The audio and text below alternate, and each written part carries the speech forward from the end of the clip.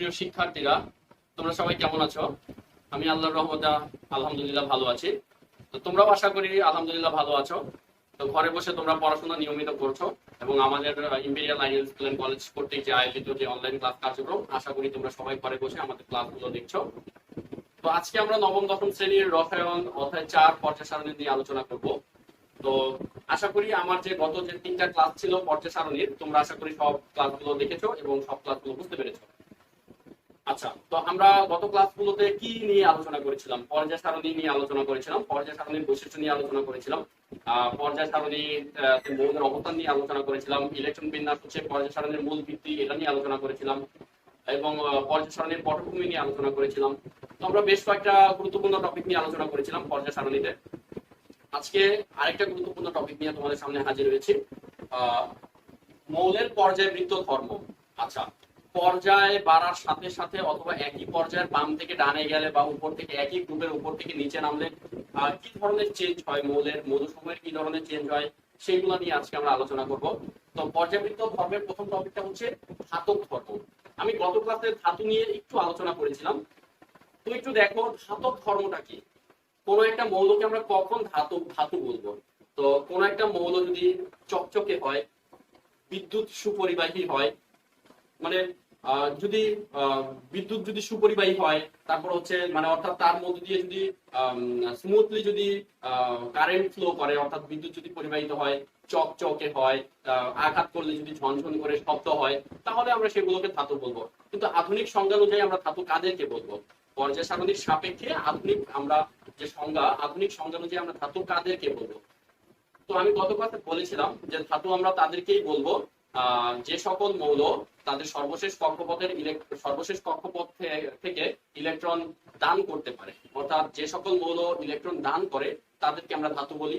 তো যে সকল মৌল ইলেকট্রন দান করতে পারে তারা হচ্ছে ধাতু।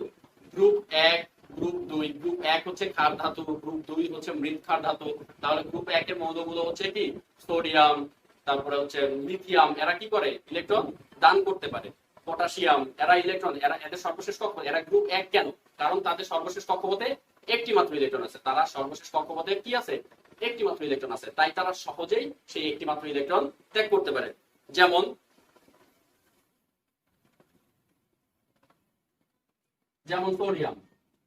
সোডিয়ামের পারমাণবিক সংখ্যা হচ্ছে 11। তাহলে our ইলেকট্রন বিন্যাস হচ্ছে 1s2 2s2 2p6 3s1। তাহলে এর সর্বশেষ কক্ষপথে কয়টা ইলেকট্রন আছে? একটা মাত্র ইলেকট্রন আছে, তার সর্বশেষ কক্ষপথে একটা মাত্র ইলেকট্রন আছে, সে তার এই সর্বশেষ কক্ষপথে ইলেকট্রনটা সহজেই ত্যাগ করতে পারে। তো সোডিয়াম যদি তার সর্বশেষ কক্ষপথে ইলেকট্রন সহজেই ত্যাগ করে, তাহলে একটা ধনাত্মক আয়ন এসে পরিণত হয়। তাহলে ধাতুরা কি? তাদের সর্বশেষ কক্ষপথ থেকে ইলেকট্রন দান করে। যে সকল মৌল ইলেকট্রন দান করে তাদেরকে আমরা ধাতু বলবো। এবং ধাতুরা কি করে? ইলেকট্রন ত্যাগ করে পজিটিভ চার্জে চার্জিত হয়। এবার আমরা দেখবো অধাতব ধর্ম। অধাতব ধর্ম,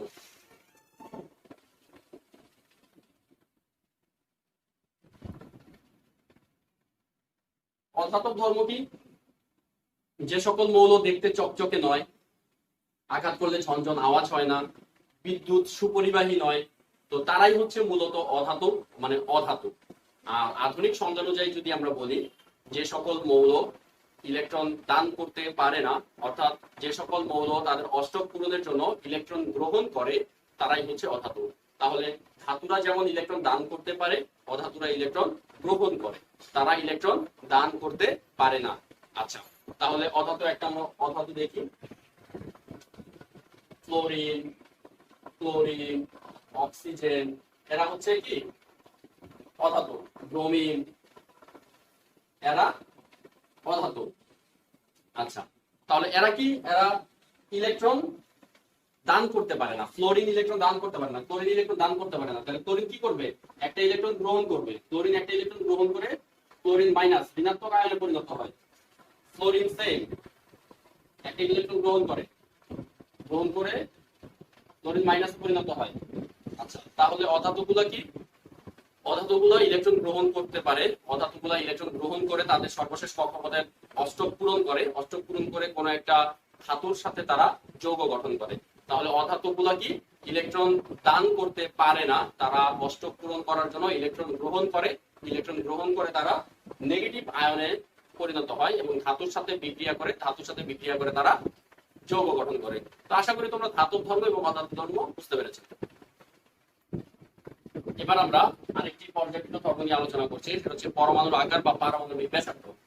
তো পরমাণুর আকারটা কিসের উপরে ডিপেন্ড করে? পর্যায়, গ্রুপ এগুলোর উপরে অবশ্যই ডিপেন্ড করে। একটা পরমাণুর আকার পর্যায় সারণীর পর্যায় এবং গ্রুপের উপরে ডিপেন্ড করে। আচ্ছা, তোমরা একটা জিনিস খেয়াল করেছো হয়তো, যে আমরা একই পর্যায়ের বাম থেকে ডানে গেলে একই পর্যায়ের বাম থেকে ডানে গেলে ইলেকট্রন সংখ্যা বাড়ে, একটা একটা করে ইলেকট্রন সংখ্যা বাড়ে, কিন্তু নতুন করে কোনো শক্তি স্তর বাড়ে না। একই পর্যায়ের বাম থেকে ডানে গেলে ইলেকট্রন বাড়ে, কিন্তু কক্ষপথ আর বাড়ে না, কক্ষপথ বা শক্তি স্তর বাড়ে না। কিন্তু একই গ্রুপের উপর থেকে নিচে নামলে ইলেকট্রন বাড়ার সাথে সাথে তাদের একটা একটা করে নতুন শক্তি স্তর যোগ হয়। আচ্ছা, তাহলে এটা দিয়ে আমরা কি বুঝবো যে একই পর্যায়ের বাম থেকে ডানে গেলে ইলেকট্রন যোগ হয়? ধরো, আচ্ছা আমরা উদাহরণ সহকারে দেখাই। ধরো 3 নাম্বার পর্যায়ের যে সোডিয়াম আছে 1:2, 2:2, 2p6, তারপরের মূলক হচ্ছে ম্যাগনেসিয়াম। তো দেখো, এটারও কক্ষপথ 3, এটারও কক্ষপথ 3, কিন্তু ইলেকট্রন ছিল 1, এখানে ইলেকট্রন হচ্ছে 2। তাহলে একই পর্যায়ে, এটা কিন্তু 3 নাম্বার পর্যায়ে, সোডিয়াম এবং ম্যাগনেসিয়াম দুটোই 3 নাম্বার পর্যায়ে, বাম থেকে ডানে যাচ্ছি, একটা একটা করে ইলেকট্রন বাড়তেছে, কিন্তু নতুন করে কোনো শক্তি স্তর সংখ্যা বাড়ছে না। তো যেহেতু এদের সর্বশেষ কক্ষপথে একটা একটা করে ইলেকট্রন বাড়ছে, তার মানে হচ্ছে ইলেকট্রনের সাথে যে কেন্দ্রীয় যে নিউক্লিয়াসটা থাকে তার সাথে একটা আকর্ষণ সেটা বৃদ্ধি পাচ্ছে, আর আকর্ষণ বৃদ্ধি পাচ্ছে কিন্তু শক্তি স্তর বাড়ছে না। এই আকর্ষণ বৃদ্ধি পাওয়ার সাথে সাথে পরমাণুর আকার বা পারমাণবিক ব্যাসার্ধটা আস্তে আস্তে কমে যাচ্ছে। আর উপর থেকে নিচে, অর্থাৎ একই গ্রুপের উপর থেকে নিচে নামলে ইলেকট্রন সংখ্যা বাড়ে। তো ইলেকট্রন সংখ্যা বাড়লে নিউক্লিয়াস কর্তৃক ইলেকট্রনের আকর্ষণ অবশ্যই বাড়বে, কিন্তু এই আকর্ষণ বাড়ার ফলে যে পারমাণবিক ব্যাসার্ধ যতটুকু কমেছে একটা শেল বাড়ার ফলে, অর্থাৎ একটা শক্তি স্তর বাড়ার ফলে তার চেয়ে অনেক বেশি পারমাণবিক ব্যাসার্ধ বৃদ্ধি পায়। অর্থাৎ উপর থেকে নিচে, একই গ্রুপের উপর থেকে নিচে নামার সময়, একই গ্রুপের উপর থেকে নিচে নামলে ইলেকট্রন বাড়ে, অবশ্যই ইলেকট্রন বাড়ে। ইলেকট্রন বাড়ার ফলে নিউক্লিয়াস কর্তৃক ইলেকট্রনের যে আকর্ষণ থাকে, সেই আকর্ষণের ফলে পারমাণবিক ব্যাসার্ধ যতটুকু কমে, যতটুকু হ্রাস পায়, একটা শক্তি স্তর বাড়ার ফলে পারমাণবিক ব্যাসার্ধ তার চেয়ে অনেক গুণ বেশি বৃদ্ধি পায়। তাই উপর থেকে নিচে নামলে শক্তি স্তর বাড়ে। যে আমরা একটা উদাহরণ দেখি,